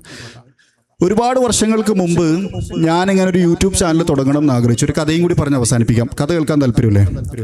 ഞാൻ ഇങ്ങനെ ഒരു യൂട്യൂബ് ചാനൽ തുടങ്ങണം എന്ന് ആഗ്രഹിച്ചു. കാരണം എൻ്റെ കുറച്ച് സുഹൃത്തുക്കൾക്ക് യൂട്യൂബ് ചാനലുണ്ട്. അപ്പോൾ അത് കണ്ടിട്ടാണ് അപ്പോൾ ഞാനിങ്ങനെ ആലോചിച്ച് എന്ത് തുടങ്ങും. അപ്പോൾ ഇവരൊക്കെ എന്നെ ഇങ്ങനെ മോട്ടറാക്കും. എൻ്റെ ഫ്രണ്ട്സ്, എൻ്റെ കൂടെ വർക്ക് ചെയ്തിരുന്ന ആൾക്കാരാണ്. നിനക്ക് നന്നായി സംസാരിക്കാൻ അറിയല്ലോ, നീ എന്തെങ്കിലും തുടങ്ങടാ, അടിപൊളിയാവും. ആക്ച്വലി യൂട്യൂബ് ചാനൽ തുടങ്ങണം എന്തിനാണെന്നറിയോ? എൻ്റെ 2 സുഹൃത്തുക്കളുണ്ട്, അസ്നബ് എന്നൊക്കെ പറഞ്ഞിട്ട്. അവർക്ക് ട്രോൾ ചാനലുണ്ട്. അന്നത്തെ കാലത്ത് ട്രോൾ ചാനൽ എന്ന് പറഞ്ഞാൽ ഭയങ്കര ട്രെൻഡ്. അപ്പോൾ അവർക്ക് ഒരു 2 മാസം കൂടുമ്പോൾ ഒരു $100 കിട്ടും. അതായത് അന്നത്തെ ഒരു 8,000 രൂപ, ഇന്ന് ഡോളർ 10,000 രൂപേൻ്റെ അടുത്തായി. അത് വേറെ വിഷയം. അന്നത്തെ ആ പൈസ ഞങ്ങൾ കിട്ടും. അപ്പോൾ ഞങ്ങൾ എല്ലാവരും കൂടി പോയിട്ട്, ഞങ്ങളൊരു ഗ്യാങ് ഉണ്ട്, എല്ലാവരും കൂടി പോയി ഭക്ഷണം കഴിക്കും. നല്ല ഫുഡൊക്കെ വാങ്ങി കഴിക്കുമ്പോൾ ഇങ്ങനെ എല്ലാ മാസവും ഫുഡ് കഴിക്കാൻ വേണ്ടിയിട്ടാണ് ഇവരെന്ത് ചെയ്യുന്നത്. ഞാനും ആലോചിക്കുന്ന ഇങ്ങനെ ഒരു പൈസ കിട്ടിയാൽ നമുക്ക് പോയി ഫുഡ് അടിക്കല്ലോ എന്ന് വിചാരിച്ചിട്ട് ഒരു യൂട്യൂബ് ചാനൽ തുടങ്ങണം എന്ന് ആഗ്രഹിക്കുകയും യൂട്യൂബ് ചാനൽ തുടങ്ങാം എന്ന് തീരുമാനിക്കുകയും. അപ്പോൾ ഞാനിങ്ങനെ ആലോചിച്ച് എന്ത് കോണ്ടന്റ് ചെയ്യണം, നമുക്ക് ഇഷ്ടപ്പെട്ട മേഖല ചെയ്യണം. പാഷൻ ടു പ്ലാറ്റ്ഫോം എന്ന് പറയുന്ന പോലെ ഒരു ഇഷ്ടപ്പെട്ട മേഖലയിൽ ചെയ്യുമ്പോൾ ആത്മാർത്ഥമായിട്ട് ചെയ്യല്ലോ എന്നുള്ളൊരു ആലോചനയിൽ നിന്നാണ് ഞാൻ ഓട്ടോമോട്ടീവ് സെഗ്മെന്റ് എടുക്കാമെന്ന് തീരുമാനിച്ചത്. ബേസിക്കലി ഞങ്ങൾക്ക് പഠിച്ചതൊക്കെ കമ്പ്യൂട്ടറാണ്. ഓട്ടോമൊബൈൽ എടുക്കണം എന്ന് വിചാരിച്ച് പോളിയിൽ പോയപ്പോൾ ഓട്ടോമൊബൈലിലെ സ്ലോട്ട് തീർന്നുകൊണ്ട് കമ്പ്യൂട്ടർക്ക് ചാടിയ ഒരാളാണ് ഞാൻ. അപ്പോൾ അന്ന് മുതൽ എനിക്കെന്തുണ്ട്, ഈ ഓട്ടോമൊബൈലിനോടൊരു താല്പര്യമുണ്ട്. കാരണം എൻ്റെ ബ്രദറൊക്കെ വർക്ക് ചെയ്തിരുന്ന ഈ ഒരു മേഖലയിലാണ്, ഇപ്പോഴും ഈ മേഖലയിലാണ് വർക്ക് ചെയ്യുന്നത്. സോ അങ്ങനെ ഞാൻ ആലോചിച്ചു ഏത് മേഖല ചെയ്യണമെന്ന് ആലോചിച്ചു. അപ്പം ഇങ്ങനെ കുറേ മേഖല. ഏറ്റവും എളുപ്പം ചെയ്യാവുന്ന കാര്യം കുക്കിംഗ്, എല്ലാവരും ചെയ്യുക. ലോക്ക്ഡൗൺ ടൈമിൽ എല്ലാവരും കുക്കിംഗ് ചെയ്യുന്നു. രണ്ടാമത് നമ്മൾ യാത്ര ചെയ്യൂലേ, തിരൂർക്ക് പോവും, താന്നൂർക്ക് പോവും, പരപ്പനാടിക്ക് പോവും. അപ്പോൾ അതൊക്കെ വീഡിയോ ചെയ്യാമെന്ന് ആലോചിച്ചു. Travel vlog. അപ്പോൾ ട്രാവൽ വ്ളോഗ് കുറേ കണ്ടുനോക്കുമ്പോൾ എനിക്ക് മനസ്സിലായി നമ്മൾ ഉദ്ദേശിച്ചതല്ല ഈ ട്രാവൽ വ്ളോഗ് എന്ന് പറയുന്നത് എന്ന് മനസ്സിലാക്കി അത് വിട്ട്. അങ്ങനെ കുറേ മോട്ടിവേഷൻ ആയാലോ എന്നൊക്കെ ആലോചിച്ചു. കാരണം ഫ്രീ ആയിട്ട് കൊടുക്കാവുന്ന ഒരു സാധനമാണല്ലോ അത്. അങ്ങനെ അതൊക്കെ ആലോചിച്ച് അവസാനം ഞാൻ തീരുമാനിച്ചു ഇഷ്ടപ്പെട്ട മേഖല തന്നെ ചെയ്യാം, ഓട്ടോമൊബൈൽ തന്നെ ചെയ്യാമെന്ന് തീരുമാനിക്കുകയും. അപ്പോൾ ഞാനിങ്ങനെ നോക്കുമ്പോൾ നമുക്ക് ചുറ്റിലും ഒരുപാട് കാറുകളുണ്ട്. ഈ കാറുകളെയൊക്കെ പിടിച്ച് വീഡിയോ ആക്കി കളയാം എന്നുള്ള ധാരണയിലാണ് ഞാൻ ഇനീഷ്യലി ഇത് സ്റ്റാർട്ട് ചെയ്യുന്നത്. പക്ഷേ ഈ മേഖലയിലേക്ക് വന്നപ്പോഴാണ് ഞാൻ മനസ്സിലാക്കുന്നത് അങ്ങനെ പെട്ടെന്ന് കിട്ടുന്ന സാധനമൊന്നുമല്ല. റോട്ടിൽ കൂടി പോകുന്ന ഒരാളുടെ തടഞ്ഞിരുത്തിയിട്ട് ഒരു മണിക്കൂർ തരുമോ, ഞാനിതൊന്ന് ഷൂട്ട് ചെയ്യട്ടെ എന്നൊക്കെ പറഞ്ഞാൽ അയാൾ ചിലപ്പോൾ കല്യാണത്തിന് പോകുമോ, പുതിയാപ്പിളൊക്കെ അവിടെ ഇറങ്ങി പുതിയാപ്പിളൻ്റെ വൈക്ക് പോകും. സോ അതൊന്നും നടക്കൂല എന്നുള്ളത് ഈ ഒരു ഫീൽഡിലേക്ക് വന്നപ്പോഴാണ് ഞാൻ മനസ്സിലാക്കുന്നത്. പക്ഷെ ഞാൻ പറയാൻ വന്നൊരു കാര്യം, MG എന്ന് പറയുന്ന കമ്പനി, MG മോട്ടോഴ്സ്, ഒരുപക്ഷെ നിങ്ങൾക്ക് അറിയുന്നുണ്ടാവും. ആ കമ്പനി ഇന്ത്യയിലേക്ക് കൊണ്ടുവരുമ്പോൾ, അതായത് ഇന്ത്യയിലേക്ക് വരികയാണ്, ഒരു ചൈനീസ് ബ്രാൻഡാണ്, മീൻസ് ബ്രിട്ടീഷ് ഒറിജിനുള്ള ഒരു ബ്രാൻഡാണ്. അവർ ഇന്ത്യയിലേക്ക് വരുന്ന സമയത്ത് അവർ ആദ്യമായിട്ടൊരു വണ്ടീനെ ഇന്ത്യയിലേക്ക് അവതരിപ്പിക്കുകയാണ്, MG ഹെക്ടർ. അപ്പോൾ എൻ്റെ ഒരു സുഹൃത്തായിട്ടുള്ള റിയാസ് എൻ്റെ അടുത്ത് പറഞ്ഞു, നീ ഈ വണ്ടിൻ്റെ വീഡിയോ എന്തായാലും ചെയ്യണം, ഇത് നല്ല റീച്ച് കിട്ടാൻ സാധ്യതയുണ്ട്. കാരണം ഈ ഒരു മേഖല, ഓട്ടോമൊബൈൽ മേഖല തിരഞ്ഞെടുത്തല്ലോ. ആ സമയത്ത് എനിക്കൊരു 5000-6000 ഫോളോവേഴ്സ് ഒക്കെയാണുള്ളത്. എൻ്റെ സുഹൃത്തുക്കളായിട്ടുള്ള അൻസാർ, അതുപോലെ തന്നെ സഫ്വാൻ ഭയങ്കര സഫ്വാനാണ്. അപ്പോൾ അവരൊക്കെയാണ് എനിക്ക് എഡിറ്റിങ്ങും ഇതിൻ്റെ തംബ്നെയിൽ ക്രിയേഷനൊക്കെ പഠിപ്പിച്ചു തരിക. അപ്പോൾ അങ്ങനത്തെ ഒരു കാലത്ത് ഞങ്ങളിങ്ങനെ 4 ആളുകളും ഇങ്ങനെ കമ്പനി അടിച്ച് ഇതിങ്ങനെ എന്തെങ്കിലുമൊക്കെ ചെയ്യാം എന്നൊക്കെ ഉള്ളൊരു പ്ലാനിൽ ഇങ്ങനെ നിൽക്കുമ്പോഴാണ് അദ്ദേഹം പറയുന്നത്, ഇത് ചെയ്യണം, ഇത് ചെയ്താൽ നല്ല റീച്ച് കിട്ടും എന്ന് പറഞ്ഞു. അങ്ങനെ ഞാൻ ആ വണ്ടി അന്വേഷിച്ചപ്പോൾ കോഴിക്കോട് അതിൻ്റെ ഷോറൂം ഉണ്ടെന്ന് പറഞ്ഞു. അവിടെ വിളിച്ചപ്പോൾ പറഞ്ഞു അവിടെ വണ്ടിയില്ല, തൃശ്ശൂരാണുള്ളതെന്ന് പറഞ്ഞു. അങ്ങനെ തൃശ്ശൂരിൽ വിളിച്ചപ്പോൾ അവർ പറഞ്ഞു, ആ തൃശ്ശൂർ വണ്ടിയുണ്ട്, നിങ്ങൾ വന്നോളൂ, വണ്ടി കാണാം എന്ന് പറഞ്ഞു. അങ്ങനെ റമദാൻ മാസമാണ്, തൃശ്ശൂരിലേക്ക് പോകണം. ഞാനും ഈ പറഞ്ഞ റിയാസും ഒരു ബൈക്കിൽ, റിയാസിന്റെ യൂണിക്കോണിനകത്ത് മലപ്പുറത്തുനിന്ന് തൃശ്ശൂർ വരെ നോമ്പ് നോറ്റി യാത്ര ചെയ്തു. പോണ വഴി ബൈക്കിന്ന് നോമ്പൊക്കെ പറന്ന് അങ്ങനെ പോയി. അവിടെ ചെന്നപ്പോൾ അവർ ആക്ച്വലി കാത്തിരിക്കുന്നത് MG ഹെക്ടർ വാങ്ങാൻ വരുന്ന ഒരു കസ്റ്റമറിനെയാണ്. അതായത് MG ഷോറൂമിലെ ആളുകൾ കാത്തിരിക്കുന്നത് ഇത് വാങ്ങാൻ സാധ്യതയുള്ള കോഴിക്കോട് നിന്ന് വിളിച്ചു പറഞ്ഞ ഒരു അത്യാവശ്യം പൈസക്കാരനായിട്ടുള്ള ഒരു കസ്റ്റമറിനെയാണ് അവർ വെയിറ്റ് ചെയ്യുന്നത്. പക്ഷെ ചെന്ന് പോകുന്നത് ഞാനും റിയാസും 2 ആൾക്കാർ ഒരു ബൈക്കമ്മ വീഡിയോ എടുക്കാൻ വേണ്ടി ഒരു ചെറിയ ക്യാമറ ഒക്കെ ആയിട്ടാണ് ചെല്ലുന്നത്.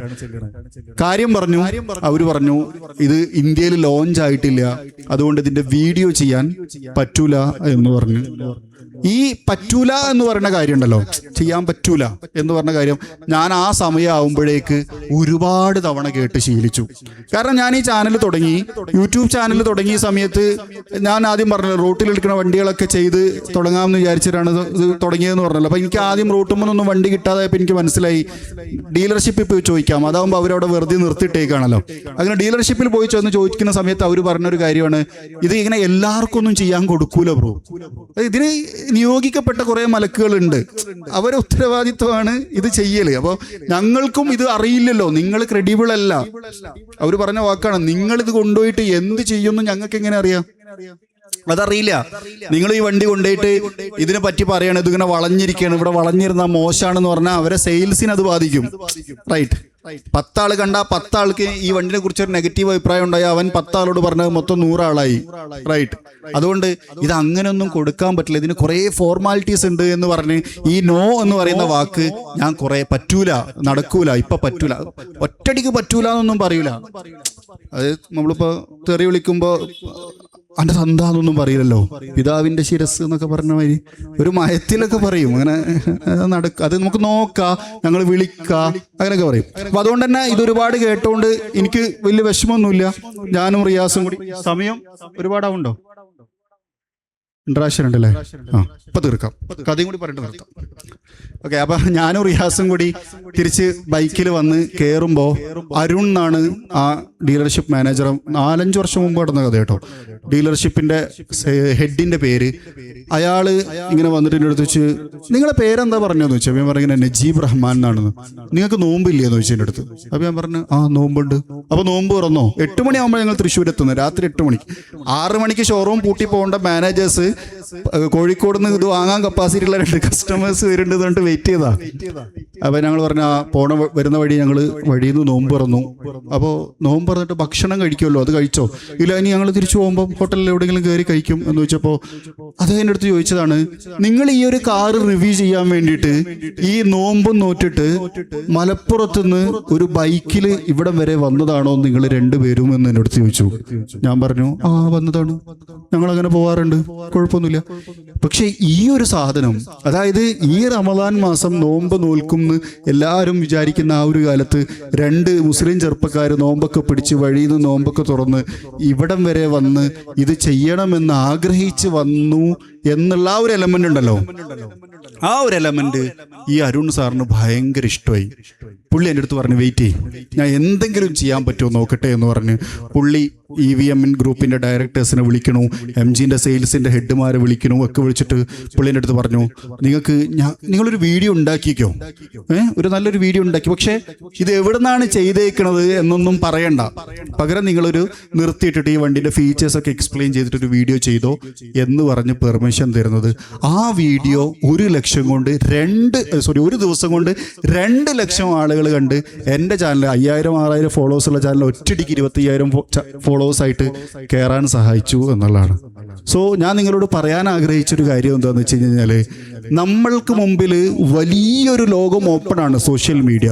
ഇവിടെ ഞാൻ പറഞ്ഞു ക്രെഡിബിൾ ആവണം, ഇവിടെ ഞാൻ പറഞ്ഞു മറ്റുള്ളവരിൽ നിന്ന് വ്യത്യസ്തരാവണം, ഇവിടെ നിന്ന് നല്ല ക്രിയേറ്റീവായിട്ട് ചെയ്യണം, നല്ല വൈവിധ്യമാർന്ന് ചെയ്യണം എന്ന് പറയുമ്പോഴും നമ്മളതിനു വേണ്ടി എഫേർട്ട് ഇടണം എന്നുള്ളൊരു വലിയ ഇമ്പോർട്ടൻ്റ് ആയിട്ടുള്ളൊരു പോയിന്റ് കൂടി നിങ്ങളോട് ചേർത്ത് വെക്കുകയാണ്. നിങ്ങൾ വിചാരിച്ച പോലെ നിങ്ങൾ കാണുന്നു ഇന്നയാൾ ABC എന്ന് പറയുന്ന യൂട്യൂബർ ഒരു വീഡിയോ ഇടുമ്പോൾ ഒരു ദിവസം കൊണ്ട് 1 മില്യൺ വ്യൂ ആവുന്നു. അത് അന്ന് 1 മില്യൺ ആയതല്ല, അതിനു മുമ്പിൽ അയാൾ ഉറക്കമൊഴിച്ച ഒരുപാട് കാലം ഉണ്ടായിരിക്കും. അയാൾ ചാനൽ തുടങ്ങുന്ന സമയത്ത് ഒരു സബ്സ്ക്രൈബേഴ്സ് ഉണ്ടാവുള്ളൂ. ആ ഒരു സബ്സ്ക്രൈബേഴ്സിൽ നിന്ന് തുടങ്ങി പതുക്കെ വളർന്ന് ഒരു വർഷം കൊണ്ട് 1000 ഫോളോവേഴ്സ് ഉള്ള ഒരാളാണ്. അതായത് ഒരു വർഷം എടുത്തു അയാൾക്ക് 1000 ഫോളോവേഴ്സ് ആവാൻ. അയാളാണെന്ന് മലയാളത്തിലെ നമ്പർ 1 യൂട്യൂബേഴ്സിൽ ഒരാൾ. അയാൾക്ക് ഒരു വർഷം എടുത്തു 1000 ഫോളോവേഴ്സാണ്. പക്ഷെ അടുത്ത വർഷം ആകുമ്പോഴേക്കും അയാൾ 1 മില്യൺ ആയി.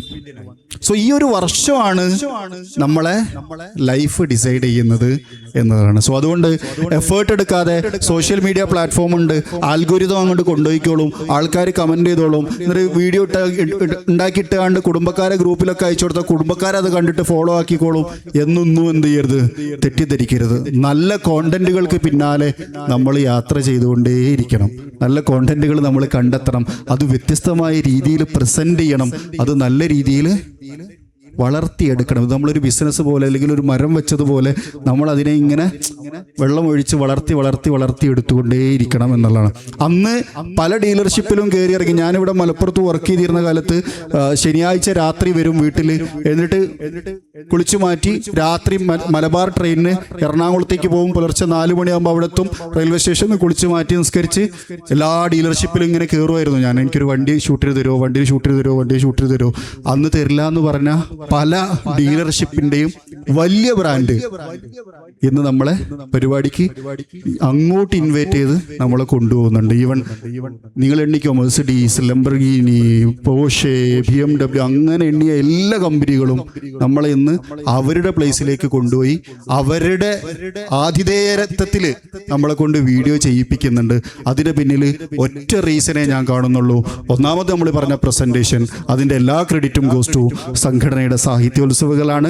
രണ്ടാമത്തത് ആദ്യഘട്ടത്തിൽ ഞാൻ ഉറക്കമൊഴിഞ്ഞ് ആ ട്രെയിനിലൊക്കെ കയറി ഓരോ ഡീലർഷിപ്പിലും കയറി വണ്ടി തരുമോ എന്നുള്ള അന്വേഷണമായിരുന്നു എന്നുള്ളതാണ്. നമ്മൾ ഫോളോ അപ്പ് ചെയ്തുകൊണ്ടേയിരിക്കുക, നമ്മളതിനെ പിന്നാലെ സഞ്ചരിച്ചു കൊണ്ടേയിരിക്കുക. ഈ പാഷൻ എന്ന് പറയുന്ന സാധനം അത് നമ്മളെ ഉള്ളിലുള്ളതാണ്. അത് പുറത്തേക്ക് എടുക്കുമ്പോൾ നമ്മൾ നേരിടാൻ പോകുന്ന ഒരുപാട് നോകളുണ്ട്, ഒരുപാട് പ്രശ്നങ്ങളുണ്ട്, ഒരുപാട് പ്രതിസന്ധികളുണ്ട്. പക്ഷെ അതിൻ്റെ മുകളിലായിരിക്കണം നമ്മളെ പാഷൻ, ലക്ഷ്യം. അത് കണ്ടുവെച്ച്, അതാണ് നമ്മളെ പാഷൻ. ആ ലക്ഷ്യം കണ്ടുവെച്ചത് അതിനുവേണ്ടി വർക്ക് ചെയ്യുന്ന സമയത്ത് ഈ പറഞ്ഞ നോകളൊക്കെ ഉണ്ടല്ലോ. അപ്പൊ എൻ്റെ അടുത്ത് പറഞ്ഞു, അതും കൂടി പറയാം. ഇപ്പൊ വണ്ടി കിട്ടൂല എന്ന് തീരുമാനമായ ഒരു സമയം ഉണ്ടല്ലോ, നോ പറഞ്ഞ് നിൽക്കുന്ന സമയത്ത് ഞാൻ ആലോചിച്ചു, ഡീലർഷിപ്പിനല്ലേ നോ പറയാൻ പറ്റുക? ഓണേഴ്സിനെ നമുക്ക് ഓണേഴ്സ് വണ്ടി വാങ്ങിക്കഴിഞ്ഞാൽ പിന്നെ അവരതാണല്ലോ വണ്ടി, അതിന് പിന്നെ ബ്രാൻഡ് അപ്രൂവൽ ഒന്നും വേണ്ടല്ലോ. അപ്പൊ അതുകൊണ്ട് ഞാൻ ഈ മലപ്പുറം ജില്ലയിലും കോഴിക്കോട് ജില്ലയിലും ഒക്കെയുള്ള കുറെ എക്സോട്ടിക് കാർ ഇൻസ്റ്റാഗ്രാം പേജിലേക്ക് മെസ്സേജ് അയക്കും, ബ്രോ ഇതാരതാണ് കാർ. അപ്പൊ അവർ ഇന്നാളെ പേര് പറഞ്ഞു തരും. ഞാൻ അയാളെ വിളിക്കും, ഇക്ക അല്ലെങ്കിൽ ചേട്ടാ എനിക്കിങ്ങനെ ഒരു യൂട്യൂബ് ചാനലുണ്ട്, അതിൽ നിങ്ങളെ വണ്ടിനെ പറ്റിയിട്ട് ഒരു വീഡിയോ ചെയ്യണം എന്ന് ആഗ്രഹമുണ്ട്, നിങ്ങൾ എന്നെ ഒന്ന് സമ്മതിക്കുക. അപ്പൊ ഒരു അതിനെന്താ നീ വാ നമുക്ക് ചെയ്യാലോ എന്ന് പറഞ്ഞ് അപ്പൊ ഞാനൊരു വേറൊരു വഴി കണ്ടെത്തിയതാണ്. അതായത് ഡീലർഷിപ്പിൽ നിന്ന് വണ്ടി കിട്ടൂല അല്ലെങ്കിൽ ഡീലർഷിപ്പിൽ നിന്ന് വണ്ടി കിട്ടും എന്നുള്ളൊരു വഴി അടഞ്ഞ സമയത്ത് ഞാൻ തൊട്ടിപ്പുറത്ത് വേറൊരു വഴി ഓപ്പൺ ആക്കിയെടുത്ത് ഓണേഴ്സിൻ്റെ ഒക്കെ വണ്ടി വാങ്ങുക, അതിനെ ഫീച്ചർ ചെയ്യുക, അതുവഴി ചാനലിനെ വലുതാക്കുക, ഫോളോവേഴ്സിനെ ബിൽഡ് ചെയ്യുക എന്നുള്ളതാണ്. സോ ഒരു വഴി അടയുമ്പോൾ വേറൊരു വഴി എന്തായാലും അവിടെ തുറന്നിരിക്കുമെന്ന് ഏതൊക്കെയോ അറബി കവിതകളൊക്കെ ഉണ്ട്, അത് ഉസ്താദ്മാർ പിന്നെ നിങ്ങൾക്ക് പറഞ്ഞുതരുമെന്ന് പറഞ്ഞുകൊണ്ട് ഞാൻ വളരെ പെട്ടെന്ന് അവസാനിപ്പിക്കാം. ഈ വിഷയം വളരെ വിശാലമാണ്, പെട്ടെന്നൊന്നും പറഞ്ഞ് അവസാനിപ്പിക്കാൻ കഴിയില്ല. അപ്പോൾ അനുഭവവും ഇതും ഒക്കെ കൂടി മിക്സ് ചെയ്തുകൊണ്ട് നിങ്ങളുടെ മുമ്പിൽ പ്രസന്റ് ചെയ്തു എന്ന് വിചാരിക്കുന്നു. പറഞ്ഞപ്പോൾ പല ആൾക്കാരെ പേരൊക്കെ പറഞ്ഞിട്ടുണ്ട്, സക്കരിയ എന്നൊക്കെ. എനിക്ക് അറിയാത്ത ആൾക്കാരാണ്, അങ്ങനെയൊന്നും ആൾക്കാരില്ല. അങ്ങനെ ആർക്കെങ്കിലുമൊക്കെ വിഷമം ഉണ്ടെങ്കിൽ സോറി. അപ്പോൾ ഇൻഷാ അല്ലാഹ് എന്തോ ചോദ്യങ്ങൾ ഉണ്ടെന്ന് പറഞ്ഞു, അങ്ങനെ ഉണ്ടെങ്കിൽ അതിന് ഉത്തരം പറയാം, എന്നിട്ട് നമുക്ക് അവസാനിപ്പിക്കാം. അസ്സലാമു അലൈക്കും. ഇപ്പോൾ സാറ് പറഞ്ഞു കോണ്ടന്റ് ക്രിയേഷൻ എന്ന് പറഞ്ഞാൽ വലിയൊരു വാസ്റ്റായിട്ടുള്ളൊരു പ്ലാറ്റ്ഫോമാണ്. അപ്പോൾ ഇതിലെന്ന് പറഞ്ഞാൽ ഒരു തൊഴിലില്ലായ്മ തുറക്കപ്പെടുന്ന ഒരു പ്ലാറ്റ്ഫോമായി മാറിക്കൊണ്ടിരിക്കുന്ന ഒരു കാലഘട്ടമാണ് ഇപ്പോൾ. അതായത് നമ്മൾ എന്തൊരു കാര്യം ചെയ്തു കഴിഞ്ഞാലും അപ്പം നമ്മുടെ പല പ്രൈവസികളും തുറന്നു കാണിക്കുന്ന ഒരു പ്ലാറ്റ്ഫോമായി മാറിക്കൊണ്ടിരിക്കുന്ന ഒരു കാലത്ത് ഒരൊറ്റ കാര്യത്തിൽ അല്ലെങ്കിൽ ഒരൊറ്റ എയിം വെച്ചുകൊണ്ട് അതിലേക്കുള്ള മാർഗങ്ങൾ പലതരത്തിൽ തുറന്നുകൊണ്ട് സാറ് പല മുന്നേറ്റങ്ങളും നടത്തി. അതിനെക്കുറിച്ച് ഈ കാലഘട്ടത്തിലുണ്ടാകുന്ന ഇങ്ങനെ ഉള്ള പല കാര്യങ്ങൾക്കും സാറിനേക്കാൾ റീച്ച് പലതും കിട്ടുന്നുണ്ട്. അങ്ങനെ ആവുമ്പോൾ മറ്റൊരു മാർഗത്തിലേക്ക് മാറുന്നില്ല എന്നതുകൊണ്ട് എന്താണ് സാറിന് പറയാനുള്ളത്? അല്ല, അത് രണ്ട് കാര്യങ്ങളുണ്ട്. ഒന്ന്, യൂട്യൂബർ ആവുക എന്നുള്ളത് ഒരു പാഷനായിട്ട് വെക്കുന്ന ആൾക്കാരുണ്ട്. എനിക്ക് എങ്ങനെയെങ്കിലും യൂട്യൂബർ ആവണം, ഫേമസ് ആവണം, അതുവഴി റവന്യൂ ഉണ്ടാക്കണം എന്നൊക്കെ കാറ്റഗറൈസ് ചെയ്യുന്ന ആൾക്കാരുണ്ട്. അവർ അതാണ് ഞാൻ പറഞ്ഞത്, അൽഗോരിതത്തിന് പിന്നാലെ പോകുന്നത് ഒരു പരിധിവരെ അവരാണ്. അവരൊരു പ്രത്യേക നിഷോ അല്ലെങ്കിൽ ഒരു പ്രത്യേക കോണ്ടന്റോ ആയിരിക്കില്ല ചെയ്യുക. അവരെല്ലാ കോണ്ടന്റും ചെയ്യും. അവരെ ചാനൽ നോക്കിക്കഴിഞ്ഞാൽ അതിൽ യാത്രയുണ്ടാവും, വണ്ടികളെ കുറിച്ച് പറയും, ഫുഡിനെ കുറിച്ച് പറയും, നാട്ടിൽ നടക്കുന്ന വിഷയങ്ങളെ കുറിച്ച് പറയും, ഡേ ഇൻ മൈ ലൈഫ് പറയും. അങ്ങനെയൊക്കെ ചെയ്യുന്നവരുണ്ട്. അതിനെ നമുക്ക് എതിർക്കാനോ സപ്പോർട്ട് ചെയ്യാനോ പറ്റില്ല എന്നല്ല, അതൊരു രീതിയാണ്. പക്ഷെ നേരെ മറിച്ച് ഇപ്പുറത്ത് കോണ്ടന്റ് ക്രിയേറ്റർ എന്ന് പറയുന്ന കാറ്റഗറി, അതൊരു നിശ്ചിത കോണ്ടന്റിനെ ബേസ് ചെയ്തുകൊണ്ട് ക്രിയേറ്റ് ചെയ്യുന്ന ആൾക്കാരാണ്. അവരങ്ങനെ തന്നെയാണ് മുന്നോട്ട് പോകുന്നത്. ഇപ്പം എൻ്റെ പരിചയത്തിൽ ഒരുപാട് ആൾക്കാരുണ്ട്. ട്രാവലിനെ മാത്രം ഫോക്കസ് ചെയ്ത് പോകുന്നവർ, ഓട്ടോമൊബൈലിനെ മാത്രം ഫോക്കസ് ചെയ്യുന്നവർ, ടെക്കിനെ മാത്രം ഫോക്കസ് ചെയ്യുന്നവർ, അങ്ങനെയുണ്ട്. കുറേ ആൾക്കാർ ടെക്ക് തുടങ്ങി പിന്നെ മാറിയവരും ഉണ്ട്. വേറെ ചാനൽ, അതായത് അത് റീച്ച് ഇല്ല, അതുകൊണ്ട് ഇങ്ങോട്ട് മാറാം. പക്ഷെ ഇതൊക്കെ നടക്കുന്നുണ്ട്. അവിടെയാണ് ഞാൻ പറഞ്ഞത്, നമ്മൾ എന്താവണമെന്ന് ഡിസൈഡ് ചെയ്യേണ്ടത് നമ്മളാണ്. അത് ഈ പറഞ്ഞ പോലെ പാഷൻ ടു പ്ലാറ്റ്ഫോമിലേക്ക് ബിൽഡ് ചെയ്യുന്ന സമയത്ത് അത് എത്രമാത്രം ക്രെഡിബിൾ ആക്കണമെന്ന് ആലോചിക്കുന്ന. ഇപ്പോൾ നിങ്ങളൊരു കാര്യം ആലോചിച്ച് നോക്കും. ഇപ്പോൾ ഈ പറഞ്ഞ എന്തും ചെയ്യുന്ന കാറ്റഗറി ആളുകളെ നിങ്ങൾ പലയിടത്തും കാണൂല. അവരെ യൂട്യൂബിനകത്ത് മാത്രമല്ലേ കാണുന്നുള്ളൂ. അതന്നെയാണ് ഏറ്റവും വലിയ തെളിവ്. അപ്പം അങ്ങനെ ചെയ്യുമ്പോൾ അതിനൊരു ക്രെഡിബിലിറ്റി ഇല്ല. അവർ ഒരു സാധനമായിട്ട് എവിടെയും എടുത്ത് കാണിക്കാനൊന്നും പറ്റൂല എന്നാണ് എനിക്ക് തോന്നാറുള്ളത്. അതുകൊണ്ട് ഒരു മേഖല മാത്രം കോൺസെൻട്രേറ്റ് ചെയ്ത് പോകുന്നതുകൊണ്ട് ശരിക്കും എന്നെ പേഴ്സണൽ ഒപ്പീനിയനിൽ എനിക്കത് ബെനിഫിറ്റാണ് ഉള്ളത്. കാരണം ആ മേഖലയിൽ നമ്മൾ ക്രെഡിബിളായി വളർന്നുകൊണ്ടിരിക്കുകയാണ്. ഇപ്പോൾ ഈ റീസെൻ്റ്ലി ഓട്ടോമൊബൈൽ റിലേറ്റഡ് ആയിട്ട് കേരളത്തിലൊരു വലിയ പ്രശ്നം നടന്നതിന് കുറച്ച് കാലം മുമ്പ് ഒരു വണ്ടീനെ വേറൊരു ആൾ കൊണ്ടുപോയി അലമ്പാക്കിയതുമായിട്ട് ബന്ധപ്പെട്ടൊരു വിഷയം. ആ സമയത്ത് ബ്രാൻഡുകൾ അന്വേഷിച്ചു കേരളത്തിൽ നന്നായി ചെയ്യുന്നവരാരാണ് എന്ന്. അവരുടെ ലിസ്റ്റ് ബ്രാൻഡ് ക്രിയേറ്റ് ചെയ്യും. അത് എല്ലാ മേഖലയിലും നടക്കും. അപ്പോൾ ഇന്ത്യയിലെ പ്രമുഖരായ ബ്രാൻഡുകളൊക്കെ വന്നിട്ട് കേരളത്തിൽ നന്നായി ചെയ്യുന്നവരാരാണെന്ന് പറഞ്ഞ ലിസ്റ്റ് എടുക്കുമ്പോൾ ഇത്തരത്തിൽ ഈ അലമ്പുണ്ടാക്കുന്ന ആൾക്കാരെയൊന്നും ആ ലിസ്റ്റിൽ ഉൾപ്പെടുത്തൂല. സോ ഒരു മേഖലയെ ഫോക്കസ് ചെയ്ത് ആ മേഖലയിൽ തന്നെ വലുതാവണമെന്ന് ആഗ്രഹിക്കുന്ന ആളുകളെ സംബന്ധിച്ചിടത്തോളം അത് ബെനിഫിറ്റാണ്. ആ മേഖലനെ മാത്രം കോൺസെൻട്രേറ്റ് ചെയ്ത് അതിനെ നല്ല രീതിയിൽ, ഒരു വണ്ടിനെ കുറ്റം പറയേണ്ടതെന്നല്ല, കുറ്റം പറയാം. ഞാൻ നന്നായിട്ട് കുറ്റം പറയുന്ന ആളാണ്, കുറ്റം പറയുന്നവരുണ്ട്. അതൊന്നും ബ്രാൻഡിൻ്റെ പ്രശ്നമല്ല. പക്ഷെ അതിലൊക്കെ ഒരു മര്യാദ വേണം എന്നുള്ളതാണ്, അതിലൊക്കെ ഒരു ധാർമ്മികത വേണം എന്നുള്ളതാണ് പോയിന്റ്. സോ അങ്ങനെ ചെയ്താൽ ആ മേഖല, ഇപ്പം ഞാൻ ഓട്ടോമൊബൈലിൽ വലുതാവണം എന്ന് ആഗ്രഹിക്കണമെങ്കിൽ അത് നല്ലതാണ്. നേരെ കുറച്ച് എനിക്കൊരു യൂട്യൂബർ ആവണം, ഭയങ്കര ഫേമസ് ആവണം, ഒരുപാട് പൈസ ഉണ്ടാക്കണം എന്നൊക്കെ ചിന്തിക്കുകയാണെങ്കിൽ അത് പ്രശ്നമാണ്. ഇപ്പോൾ നമ്മള് സാറിപ്പോൾ ഓട്ടോമൊബൈൽ അങ്ങനെ ഒരു ഡെവലപ്പ് ചെയ്ത് ഒരു ഇതിലാണ്, ഒരു ടോപ്പ് പൊസിഷനിലാണ്. പക്ഷേ ഇപ്പോൾ തുടങ്ങുന്ന ഒരു ആൾക്ക് നമ്മൾ പെട്ടെന്നൊരു വീഡിയോ ഇട്ട് കഴിഞ്ഞാൽ അത് റീച്ച് ആയിക്കൊള്ളണമെന്നില്ല. അപ്പോൾ നമ്മൾ റീച്ച് ആവാൻ വേണ്ടിയിട്ട് വേറൊരു ഫീൽഡിലേക്ക് മാറും. അത് സ്വാഭാവികമായിട്ടുള്ള ഒരു പ്രക്രിയയാണ് മനുഷ്യൻ്റെ. അപ്പോൾ ഇങ്ങനെ മാറിക്കഴിഞ്ഞാൽ, ഇപ്പം ഞാനിപ്പോൾ ആദ്യം ദിവസം ഓട്ടോമൊബൈൽ ഇട്ട് ക്ലിക്കായില്ല, രണ്ടാമത്തെ ദിവസം ഡേ ഇൻ മൈ ലൈഫ് ഇട്ട്, അപ്പോൾ കുറച്ചും കൂടെ ആൾക്കാർ റീച്ച് കൂടും. കാരണം ഇപ്പോഴത്തെ സമൂഹത്തിന് വേണ്ടത് എന്താണെന്ന് വെച്ചാൽ മറ്റുള്ളവരുടെ പ്രൈവസിയിലേക്ക് എത്തി നോക്കുന്ന ഒരു കാലഘട്ടമാണ്. അങ്ങനെ ആകുമ്പോൾ, അങ്ങനെയുള്ള ഒരു വാതിൽ തുറക്കുമ്പോൾ, ഇപ്പോൾ ഈ സോഷ്യൽ മീഡിയയെ പ്രൊമോട്ട് ചെയ്യുമ്പോൾ നമ്മൾ പല കാര്യങ്ങളും ശ്രദ്ധിക്കേണ്ടി വരില്ലേ? ഇതിൽ നിങ്ങൾ പറഞ്ഞല്ലോ, നമ്മളെ ടോപ്പിക്ക് പാഷൻ ടു പ്ലാറ്റ്ഫോം എന്നുള്ളതാണ്. നമ്മളെ പാഷനെ പ്ലാറ്റ്ഫോമിലേക്ക് ബിൽഡ് ചെയ്തതിനെ കുറിച്ചാണ് പറയുന്നത്. അവിടെയാണ് ഞാനിപ്പോൾ ഇത്രയും പറഞ്ഞ വിഷയങ്ങളൊക്കെ. നിങ്ങൾ പറഞ്ഞത് വേറൊരു ഏരിയയാണ്, അതായത് മൊറാലിറ്റി ഓഫ് സോഷ്യൽ മീഡിയ. അവിടെ നമുക്കിത് കൺട്രോൾ ചെയ്യാൻ പറ്റുന്നതെന്ന് പറഞ്ഞാൽ, ഇപ്പോൾ നമുക്കൊരു സംഘടന തീരുമാനിക്കുകയാണ് നാളെ മുതൽ മറ്റുള്ളവരെ പ്രൈവസിയിലേക്ക് ഒതുങ്ങിപ്പോകുന്ന കോണ്ടന്റുകൾ ക്രിയേറ്റ് ചെയ്യാൻ പാടില്ല എന്ന് പറഞ്ഞു കഴിഞ്ഞാൽ, ഈ ഇരിക്കുന്ന 40 ആളുകൾ കേൾക്കും, അല്ലേ? 41ാമത്തെ ആൾ ചിന്തിക്കും അവരാരാ അത് പറയാനെന്നാണ്. സോ അതുകൊണ്ട് അവിടെ ഡിസിഷൻ എടുക്കാൻ കഴിയുന്നത് ഗവൺമെന്റിന് മാത്രമാണ്. ഗവൺമെന്റ് ഒരു പ്രോട്ടോകോൾ ബിൽഡ് ചെയ്യാം. ഇപ്പോൾ വിദേശ രാജ്യങ്ങളിൽ UAE പോയി കഴിഞ്ഞാൽ അവിടെ അന്യരായ ഒരു പുരുഷന്റെയോ പെണ്ണിന്റെയോ ഒക്കെ വീഡിയോ എടുത്തു കഴിഞ്ഞാൽ അവർ ലീഗലി പോയാൽ നമ്മളകത്താവും. നമ്മളവിടെ പോയിട്ട് ഇപ്പോൾ UAE പോയിട്ട് ഞാനൊരു വ്ളോഗ് ചെയ്യുകയാണെന്നുണ്ടെങ്കിൽ ഞാനത് മുൻകൂട്ടി പെർമിഷൻ എടുക്കണം. അവിടെ അങ്ങനെ നിയമമുണ്ട്. നമ്മുടെ രാജ്യത്ത് അങ്ങനെയൊന്നും നിയമമില്ല. അപ്പോൾ നിങ്ങൾ ഈ പറഞ്ഞ ഈ ഒരു സാധനം ഉണ്ടല്ലോ, മറ്റുള്ളവരെ പേഴ്സണൽ ലൈഫിലേക്ക്, അതിനൊക്കെ ഭയങ്കര റീച്ചാണ്. ഇപ്പോൾ പലപ്പോഴും ഇവിടെ പറയാൻ പറ്റുമെന്ന് എനിക്കറിയില്ല, കുറേ ആളുകൾ റൂമിനുള്ളിൽ നിന്ന് പിടിക്കുന്ന വീഡിയോ ഒക്കെ നമ്മളിപ്പോൾ യൂട്യൂബിൽ ഇട്ട് കഴിഞ്ഞാൽ ഒറ്റ ദിവസം കൊണ്ട് 5 മില്യണും 10 മില്യണും ആൾക്കാർ കാണും. പക്ഷേ അവിടെ നമ്മളെ പ്ലാറ്റ്ഫോമോ നമ്മളെ പാഷനെ ഒന്നുമല്ല ബിൽഡ് ചെയ്യുന്നത്, അവിടെ വേറെ എന്തൊക്കെയോ ആണ് ബിൽഡ് ആവുന്നത്. ആ ഒരു 2 തരത്തിലുള്ള ഓഡിയൻസ് ഉണ്ട്. ഇങ്ങനെ ഇത്തരത്തിലുള്ള വൾഗാരിറ്റി മാത്രം കാണിക്കുന്ന ഓഡിയൻസ് ഒരിക്കലും പ്രൊഡക്റ്റീവ് ആയിക്കൊള്ളുന്നില്ല. കുറേ വൾഗാരിറ്റി സ്ഥിരമായിട്ടിട്ടുള്ള ഒരു വീഡിയോയിൽ പോയിട്ട് ഞാൻ നാളെ നിങ്ങളുടെ ഒരു പ്രൊഡക്റ്റ് സെല്ല് ചെയ്യുകയാണെന്ന് വിചാരിക്കുക. അതായത് ഇത്തരത്തിലുള്ള മഞ്ഞ ചാനലുകളിൽ ഞാനൊരു പ്രൊഡക്റ്റ് സെല്ല് ചെയ്യുകയാണെങ്കിൽ ആ പ്രൊഡക്റ്റ് വാങ്ങാൻ ആരും ഉണ്ടാവില്ല.